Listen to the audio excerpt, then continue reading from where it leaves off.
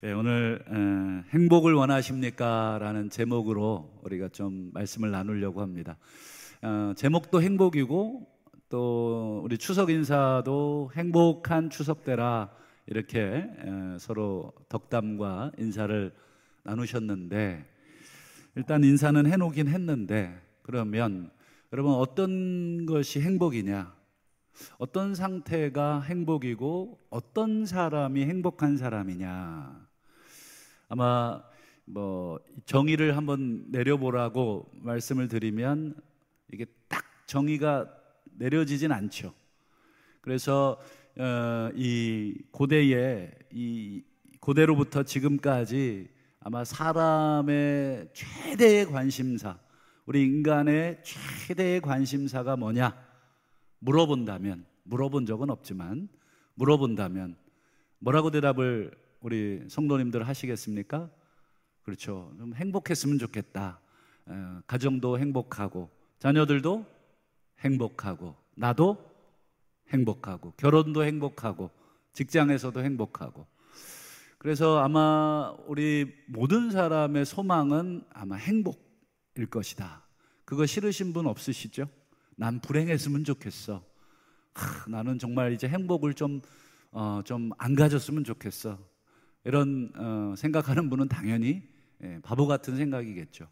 우리 모든 사람들은 다 행복을 원합니다. 그래서 이 고대 철학자들도 전부 늘 밥 먹고 생각하는 게 과연 인간이 어떻게 해야 행복하냐. 아주 논리적인 사고와 여러 가지 직관적인 사고를 다 동원해서 이 행복에 대해서. 그래서 아마 우리 중고등학교 윤리체계나 혹시 이렇게 대학교 철학 과목에서 배운 적이 혹시 있으실 텐데, 이 철학자들마다 자기가 말하는 이 행복론, 이게 행복이야, 이 상태가 행복이야, 아마 한두 개쯤은 들어보셨을 겁니다. 그래서 어떤 철학자는 중용을 지키는 것이 행복이다. 그러니까 중용이라는 게 뭐예요? 이쪽으로 너무 가지도 않고 반대로 이쪽으로 너무 가지도 않고, 그래서 이쪽으로 가려는 거 이쪽으로 당겨놓고 이쪽으로 가려는 거 이쪽으로 당겨놓고. 예를 들면 뭐가 있을까요? 지나가는데 예전에 제 아는 목사님이 키도 크고 아주 이 신학생 때부터 유명한 이 주먹쟁이였어요. 무슨 목사가 주먹쟁이냐? 하여튼 이 주먹이 제 거 한 2배만 해요. 그러니까 기골도 좋고 이렇습니다. 근데 이제 전도사 때인데요. 전도사 때 교회 앞에 이렇게 우리 날아다니는 청소년들 있잖아요. 우리 비행 청소년들이 이렇게 교회 담벼락을 쭉 끼고 이렇게 쪼르륵 앉아가지고 이제 식후 이제 스트레스를 좀 풀면서 그 교회 그 출입구하고 그 건물 사이에 골목인데, 그 골목 그 앞에서 이제 교회 출입구를 향해서 그 침을 뱉었어요. 침을 뱉었어요. 근데 하필 저같이 착한 목사한테 걸려야 되는데 그 주먹쟁이 목사한테 걸린 거예요. 근데 주먹쟁이 목사가 그냥 그러고 그냥 가면 되는데, 이게 어떻습니까? 또 이 한 주먹 하시는 분이라 중고등학교 애들 5-6명은 끄떡없다고 생각했는지, 하여튼 이 겁도 없이 중고등학교 5-6명 이렇게 쭉 앉아갖고 이렇게 저기 하고 계시고, 침도 교회 문을 향해서 탁탁 뱉고 계시니까 이 전도사로서 이 눈에 레이저가 나오지 않겠어요? 그래가지고 그냥 못 본 척 이렇게 지나가면 좋은데, 그걸 봐가지고는 그냥 아이들 하나를 그냥 박살 내놓은 거예요. 그래갖고 이제 경찰에 가서 조서 쓰고 그런 거죠. 그 철학자가 말한 중용이라는 건 이렇게 의협심을 부리지 말라는 거예요. 그래가지고 잘못해서 누굴 때리기라도 하면 경찰서 가지, 또 반대로 맞기라도 하면 내 몸 병들지. 행복할 게 뭐가 있냐는 거예요. 그냥 정의로운 거 하나 말고는 이 행복이라는 게 없다. 그러면서 그 철학자는 중용을 잘 지켜라, 이렇게 가르친 철학자도 있었습니다. 또 어떤 철학자는 윤리적인 삶을 잘 살면 행복하다. 이 도덕 법규 잘 지키고 그렇게 하면 행복이다, 이렇게 가르치는 철학자도 있고, 또 어떤 철학자는 찾아보니까 이 고통이 없는 상태가 행복이다. 고통이 없어야 된다. 마음의 이 정신적인 또 심적인 이 고통이 없는 상태. 그래서 여러분, 불교에서 여러분 왜 무소유를 주장하는지 아세요? 어떤 걸 소유하는 순간 그게 내 거가 되고, 이 내 거가 됐다고 생각하는 순간 이것을 지키고자 하는 이 마음의 욕망이 생겨서 이것을 잃어버렸을 때 마음의 평정심을 잃어버리는 거예요. 그래서 무소유를 강조하는 것입니다. 이 마음에 번뇌가 생기고 마음이 막 복잡하고, 그래서 결혼도 안 하는 거예요. 나중에 여러분 사별해 보세요. 그 마음 어떻게 감당하시겠어요? 그러니 결혼도 안 하고 자식도 안 키우고, 그리고 뭐 내 재물도 없고 재산도 없고, 이게 이제 불교의 기본적 무소유는 다 이기적인 마음이에요. 자기가 편하려고, 자기 마음의 고통을 없애려고 이 어떤 물건이나 사람, 어떤 이런 것에 대한 소유로 인한 그걸 나중에 잃어버렸거나 나중에 빼앗겼거나 분실했거나. 그래서 이 고통이 없는 상태가 바로 행복한 상태다. 그래서 아마 고대 여러분 철학 사상 중에 이 고통 없는 상태에 이르기 위한 여러 가르침들을 아마 책에서 보셨을 겁니다. 그러면 여러분, 우리가 궁금한 건 이 사람들이 말하는 행복이 뭐냐, 어떤 상태가 행복한 것이고 어떻게 행동하는 것이 행복한 것이냐. 사람들이 가르치는 행복은 전부 달라요. 한번 찾아보세요. 100이면 100, 뭐 거의 다 다를 겁니다. 그러면 어딜 기준으로 우리가 행복을 맞춰서 살아야 될지를 잘 몰라요. 그저 마음에 드는 그 하나 내가 찝어서 이걸 내 행복의 지표로 삼고 내가 살아야지, 뭐 겨우 이 정도밖에 나오지 않죠. 그러면 여러분, 오늘 이 시간에는 우리가 사람들이 말하는 행복이 뭔지, 행복한 사람이 뭔지 그거 궁금해서 오신 것은 아니시겠죠.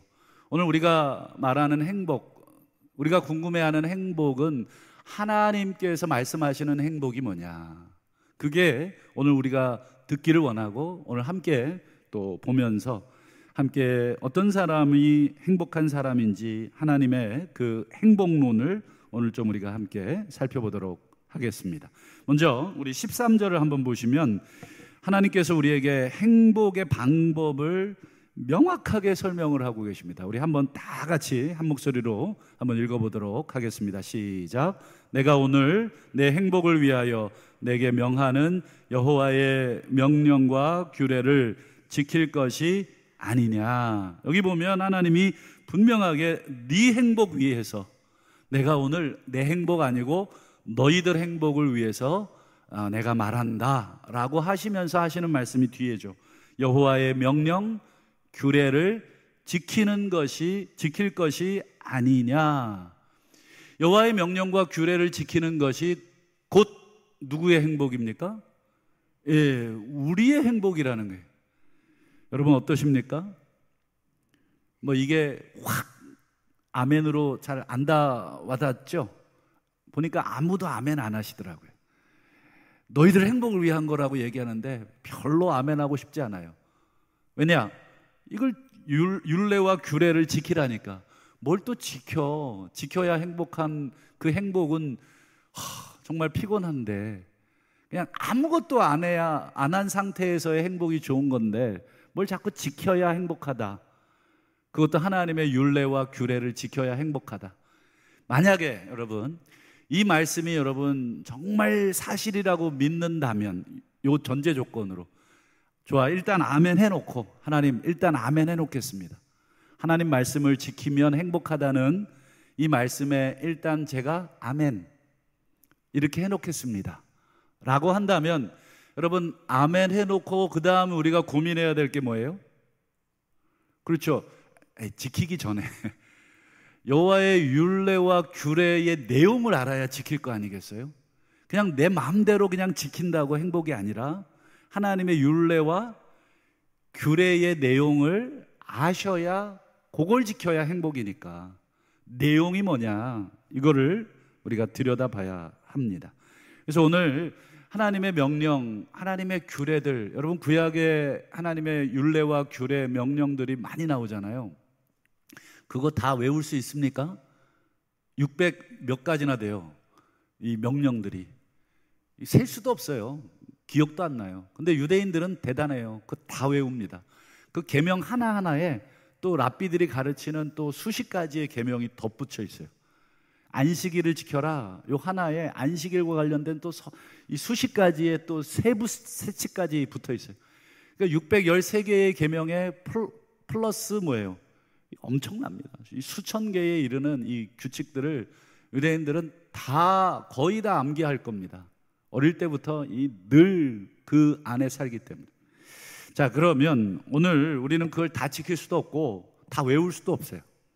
그러면 하나님의 율례와 규례가 가장 이렇게 쫙 참기름 짜듯이 압축돼 가지고 엑기스만 쫙 나온 게 여러분 뭐죠? 그렇죠, 십계명이잖아요. 오늘 신명기 5장에 우리 지난번에 받는 그 십계명인데, 한번 사진을 한번 좀 보여드릴까요? 이게 십계명인데요, 원본은 아닙니다. 누가 만든 건데, 이제 총 10개의 계명이 쭉 있는데, 여러분 십계명 다 외우시나요? 뭐 히브리어로 써놔서 뭐 읽을 수도 없지만, 십계명을 여러분 어느 정도는 그래도 떠듬떠듬하지만 감은 잡고 계셔야 된다. 왜요? 여러분 이 계명을 지켜야 행복이라는데, 여러분 이 계명의 내용도 모르고 우리가 행복하기를 바란다면 그건 뭐라고 불러야 돼요? 사기꾼. 하나님의 계명의 내용도 모르면서 행복을 달라고 하는 사람은 사기꾼이죠, 사기꾼. 신앙적 사기꾼이. 왜 행복 안 주시냐고 막 하나님께 따져 묻기 전에 하나님 이 계명의 내용 정도는 좀 우리 가슴에 숙지해 놓고, 그리고 지킨다는 신용도 좀 하고, 그리고 행복을 우리가 요구할 권리가 있는 거죠. 여러분 제1계명이 뭐예요? 다른 신을 내 앞에 두지 마라. 우상을 만들어서 섬기거나 절하지 마라. 3, 여호와의 이름을 망령되이 막 사용하지 마라. 함부로 막 너희들의 이익을 위해서 막 이렇게 들먹거리거나 사용하지 마라.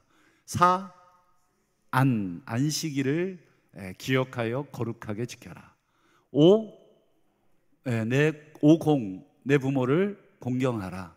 6, 살인하지 마라. 7, 간음하지 말라. 8, 도적질하지 마라. 9, 거짓, 내 이웃에 대하여 거짓 증거하지 마라. 10, 내 이웃의 소유를 탐내지 마라. 제가 고등학교 때 우리 고등부 지도 목사님이 저희 오후 예배 때, 오후 예배라고 있었어요. 점심 먹고 또 모인 오후 예배 때 요거 막 두들겨 패가면서 가르쳐 주셨어요. 못 외운 사람 막 손들게 하고 막 다 외워야 집에 보내주고. 그래서 외운 것입니다. 1다, 2우, 3망, 4안, 5공, 6살, 7간, 8도, 9거, 10탐. 이 돌머리에 한번 새겨놓으니까 빠지질 않아요. 이게 어릴 때 외워놓으면 아주 그 효과가 큽니다.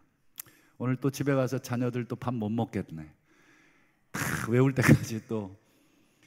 여러분 어쨌든 이 십계명의 내용, 이 얼추 요 정도라도 좀 우리가 알고 있어야 되겠습니다. 여러분 그러면 십계명을 쭉 제가 읊어드렸는데, 여러분 십계명 전체에 흐르고 있는 중요한 핵심이 하나가 보이시나요? 십계명이 전부 어떤 것으로 이 내용들이 얽히고 설켰는가? 여러분 이 십계명의 이 전반에 흐르고 있는 핵심적인 가치는 뭐냐면 관계적인 명령이에요. 관계적인 명령. 관계적인 명령이라는 게 무슨 뜻입니까? 그렇죠. 이 명령을 어기면 뭐가 깨져요? 관계가 깨져요. 이 명령을 잘 지키면 뭐가 단단해져요? 관계가. 여러분, 우리 부부 간에도 어떻습니까? 남편과 아내가 서로에게 뭔가 요구하고 뭔가 이 약속을 해놓은 게 있는데 남편이나 아내가 둘 중에 어기면 뭐가 깨집니까? 그렇죠. 일단 밥상이 깨지고 관계가 깨지고 침대가 갈라지면서 하여튼 깨지는 게 너무 많죠. 여러분, 사람과 사람 간에도 서로 이 관계가 깨지면 굉장히 불편합니다. 제가 한번 읊어봐 드리겠습니다. 여러분, 하나님 말고 다른 신을 섬기거나 또 우상을 만들어 그 앞에 절하거나 또 하나님의 이름을 함부로 막 사용하거나 또 하나님의 안식일을 우리가 어기거나 하면 누구와의 관계가 깨지겠습니까? 그렇죠. 하나님과의 관계가 당연히 깨집니다. 지금 하나님 이름을 막 들먹이면서 일상생활에서 막 하나님 이름으로 사기도 치고 내가 뭐 하나님의 이름으로 뭐 여러 가지 막 이렇게 해놓고 예배 와서 하나님 사랑하는 거 아시죠? 그러면 여러분, 하나님이 어떻게 하시겠습니까? 등을 돌려 앉으시겠죠. 여러분, 관계가 깨지는 것입니다. 또 한 번 또 제가 읊어봐 드리겠습니다. 여러분, 부모를 공경하지 않거나 죽이거나 간음하거나 도둑질하거나 이웃에 대해서 자꾸 거짓 증거를 내놓거나 아니면 이웃의 소유를 자꾸 내가 내 힘이나 권력이나 어떤 뭐 여러 가지 방법으로 탐내고 빼앗은다면 여러분, 누구와의 관계가 깨지겠습니까? 그렇죠. 이웃과의 관계가 자연스럽게 멀어질 것입니다. 한번 관계가 깨지고 싶은 사람 있으면 오늘 딱 한 명 찍목해서 여러분 한번 뒤통수를 때리고 가시든지 아니면 그 사람에 대해서 험담을 막 하고 다녀보세요. 여러분, 그러면 그 관계는 꼴도 보기 싫게 됩니다. 금세 깨지는 것입니다. 여러분, 10개의 계명이 쭉 열거되어 있는데 그 계명을 지탱할 수 있는 이 계명을 주신 그 근본적인 목적이라 그럴까요? 근본적인 핵심은 전부 관계를 위한 명령입니다. 하나님과의 관계가 깨지지 않도록, 이웃과의 관계가 깨지지 않도록 하나님께서 규례와 명령들을 주셨습니다. 여러분, 10계명이 아니라 100계명, 1000계명, 10,000계명이 있어도 이 모든 계명은 전부 관계를 위한 계명이에요. 나중에 이제 신명기에 보면 여러분, 이웃의 지게표를 옮기지 마라. 지게표가 뭐냐면 예전에 땅 이 경계를 알리는, 여기까지 내 땅이야. 그런데 뭐 지금처럼 등기가 돼 있는 시절이 아니니까 이 지게 돌을 이렇게 발로 뻥 차면 저쪽으로 좀 옮겨져요. 그러면 내 땅이 넓어질 수 있는 거예요. 얼마든지 여러분, 밤에 몰래 가서 이 지게표를 착착착 옮겨 놓으면 내 소유를 더 늘릴 수 있는, 그렇게 하지 말라는 것이죠. 왜요? 여러분, 그렇게 되면 이웃집하고 이 지게표 분명히 여기 있었는데 왜 이쪽으로 왔지? 누가 그랬지? 누가 그러긴 옆집에 내가 그랬죠. 그러면 틀림없이 또 주먹 다짐을 하거나 틀림없이 관계가 다 깨집니다.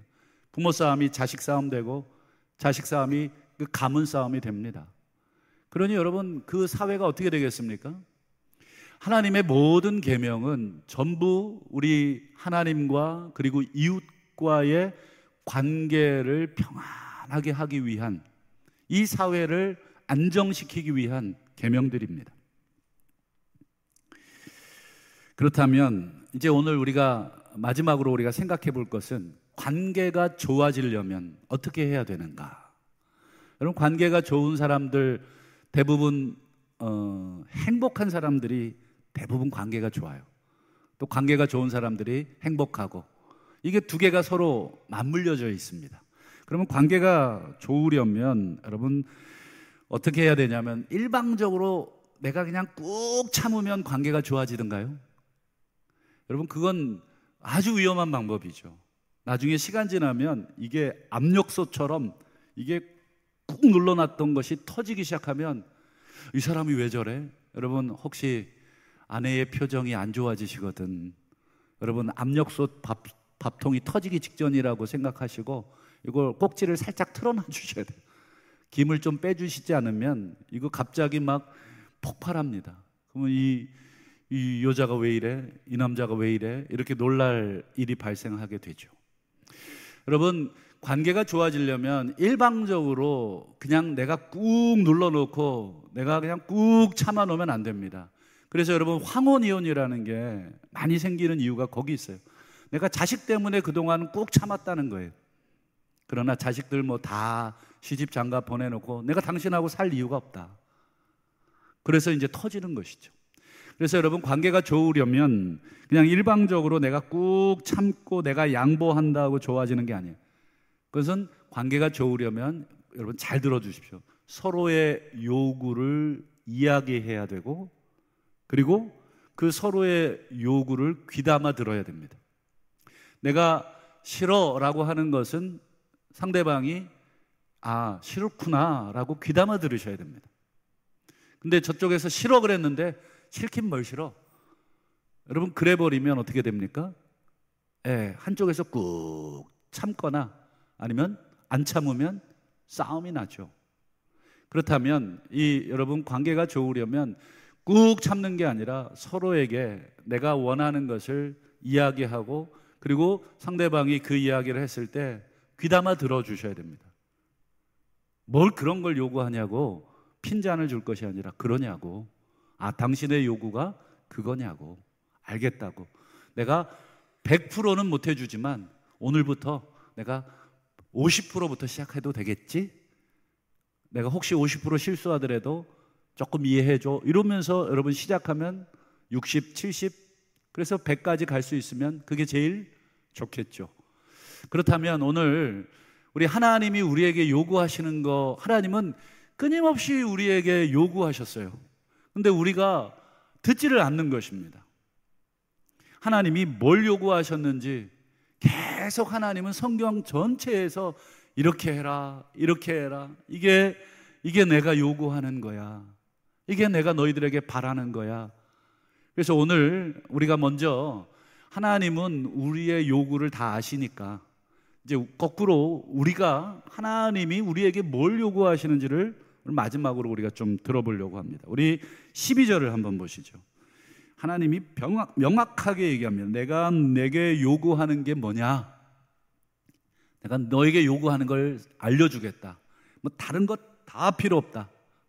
4가지인데, 첫 번째 경외해라, 두 번째 행해라, 세 번째 사랑해라, 네 번째 맨 뒤에 섬겨라. 뭐 경외하라, 행하라, 사랑하라, 섬기라, 이 모든 건 외적인 거라면 여러분, 이 외적인 것에 그 다음 제일 오늘 핵심이 뭐냐면 내적인 것을 담으라는 거예요.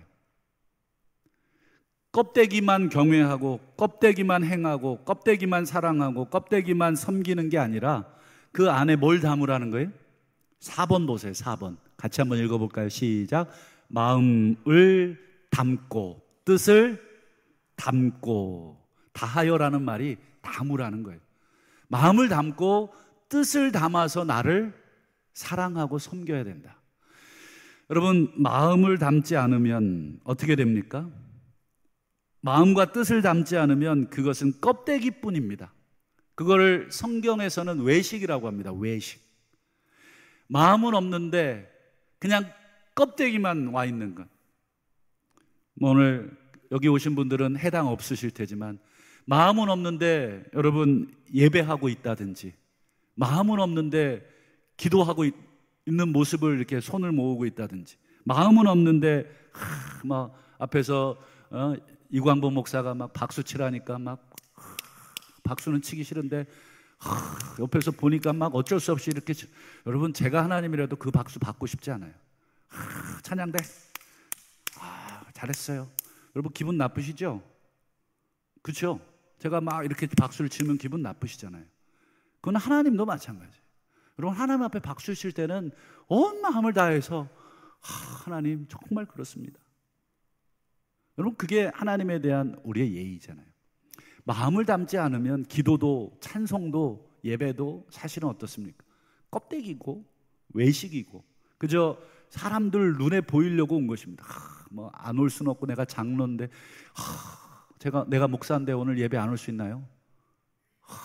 막 억지로 그냥 오는 것이죠. 지휘자인데 오늘 정말 찬양대 지휘하기 싫어 죽겠는데, 여러분 마음이 없으면 껍데기만 남는 것입니다. 어떤 분이 그래요.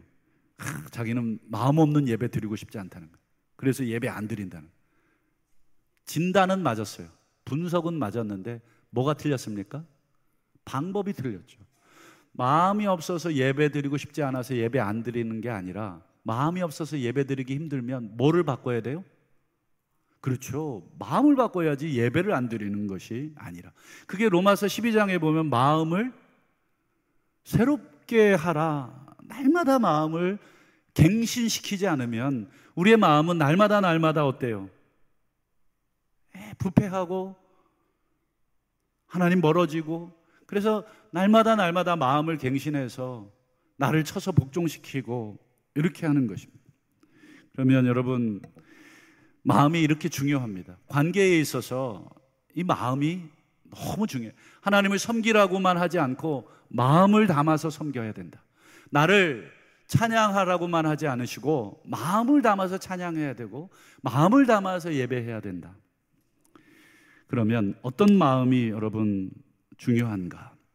여러분 찬송가 151장 아시죠?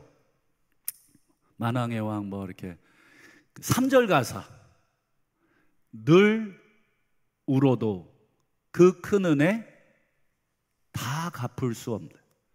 늘 울어도 그 큰 은혜 다 갚을 수 없다. 여러분, 저는 이 가사를 쓰신 분이 신앙의 핵심이 뭔지를 아시는 분이라고 생각을 합니다. 이분이 이 가사를 쓰실 때 어떤 마음으로 쓰셨습니까? 늘 울어도 하나님의 그 큰 은혜를 다 갚을 수 없습니다. 즉 하나님을 향한 어떤 마음으로 이 가사를 고백한 것인가? 감사의 마음, 그리고 죄송한 마음, 미안한 마음. 하나님, 나를 위해 온몸을 내주신 그 그리스도의 사랑을 우리가 받았는데 내가 그 하나님의 사랑에 내가 반응할 수 없는 이 죄송함, 그냥 늘 울어도 하나님의 그 은혜를 갚을 수 없는 그 죄송한, 그 송구한 마음, 그게 신앙의 사실은 본질 아니겠습니까? 여러분, 우리의 신앙이 왜 좋아지지 않는가 한번 생각을 해보셨을 텐데, 왜 내 신앙은 이렇게 다람쥐 쳇바퀴 돌듯이 늘 제자리일까? 10년 20년 봉사도 많이 하고 정말 교회에서 이것저것 부장부터 시작해서 많은 일들을 섬겼는데 왜 내 신앙이 한 발자국도 성장하지 않은 것일까? 한번 돌이켜보시면 거기에는 내 마음이 문제였다 하는 것을, 오늘 이 151장의 가사처럼 늘 섬기고 늘 울어도 하나님의 은혜를 갚을 길이 없어서 이 몸 드리고 또 내 모든 것들을 드리고 또 섬기고, 그래도 늘 부족한 마음이 아니라 늘 하나님을 향해서 원망하는 마음, 불평하는 마음, 불만의 마음으로 가득하기 때문에 우리의 신앙이 단 한 발자국도, 단 한 뼘도 하나님을 향해 다가가질 못하고 오히려 뒤로 물러나고 퇴보하고 있지는 않은가? 여러분, 결국은 마음입니다. 오늘 명절을 맞이해서 우리 자녀들 내려올 텐데 정말 죽을 마음으로 내려오신 자녀들 혹시 있으시면 회개하시라. 그 마음으로 내려와서 뭘 어떻게 명절에 부모님들을 만나고 또 우리 가족들을 만나겠습니까? 물론 내려온 것만으로도 귀한 마음이죠. 그 모든 마음을 이겨낸 것만으로도 참 귀한 마음이죠. 그러나 기왕에 내려올 거 어떤 마음으로 하셔야 됩니까? 그렇죠. 그래, 오래간만에 우리 가족들 보고 정말 격려하고 기도하고 같이 힘을 내자, 이런 마음으로 내려온다면 더 복된 걸음이 되는 것이죠. 그래서 여러분, 하나님이 마지막으로 이런 명령을 하십니다. 16절을 보세요. 16절 다 같이 한번 읽어보겠습니다. 그러므로 시작. 그러므로 너희는 마음에 할례를 행하고 다시는 목을 곧게 하지 마라. 마음의 할례를 행하라는 말이 뭐예요? 마음의 가죽을 벗겨내라. 마음의 그 딱딱한 곧은 마음, 이 굳은 마음, 정말 마음이 막 아무리 막 해도 정말 이 굳은 살이 배겨서 이 전혀 저기가 없는 이 굳은 마음을 다 칼로 찢어내라. 그게 할례잖아요. 이 굳은 마음을 찢어내야 된다. 너희들의 마음이 늘 새로워지지 않으면 너희들의 행복은 있을 수가 없다. 말씀을 맺겠습니다. 오늘 말씀의 제목이 뭡니까? 행복을 원하십니까? 다 원하시죠? 저도 원하고 아마 우리 여기 계신 우리 모든 성도님들 지금의 불행과 참 고통 이게 좀 떠나고 정말 행복했으면 좋겠다. 그 행복에 오늘 하나님이 말씀해 주신 행복론, 오늘 이 행복론은 관계에서부터 시작한다. 그리고 그 관계는 마음에서 시작하는데 어떤 마음입니까? 늘 죄송한 마음, 늘 울어도 그 큰 은혜를 다 갚을 수 없다는 그 마음. 부모님은 자녀들에게 미안한 마음. 나 같은 부모 만나서 니들이 너무 고생했다. 자녀들은 우리 부모님들께도 미안하고 고마운 마음. 나 같은 자식 키우느라고 얼마나 고생하셨습니까?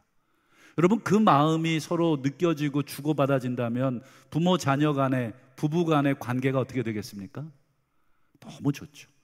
그래서 여러분, 오늘 집에 가셔서 미안해, 나보다 더 좋은 남자 만날 수 있었을 텐데 나 같은 남자 만나서 미안해. 또 아내분들은 아멘 하지 마시고 나도 미안해, 나 같은 여자 만나서 당신 고생 많지. 여러분, 뭐 쑥스러워서 뭐 서로 대놓고 이렇게 얘기하기 불편하시다면 나중에 뭐 기회가 되면 뭐 편지로라도 기회가 있을 겁니다. 늘 고마운 마음, 늘 미안한 마음, 늘 감사한 마음. 그게 하나님께도 그렇고 그리고 이웃들에게도 그렇고 가족들에게도 그렇다면 오늘 이번 명절이 참 행복한 명절, 감사한 명절 될 줄로 믿습니까? 아멘. 기도하겠습니다.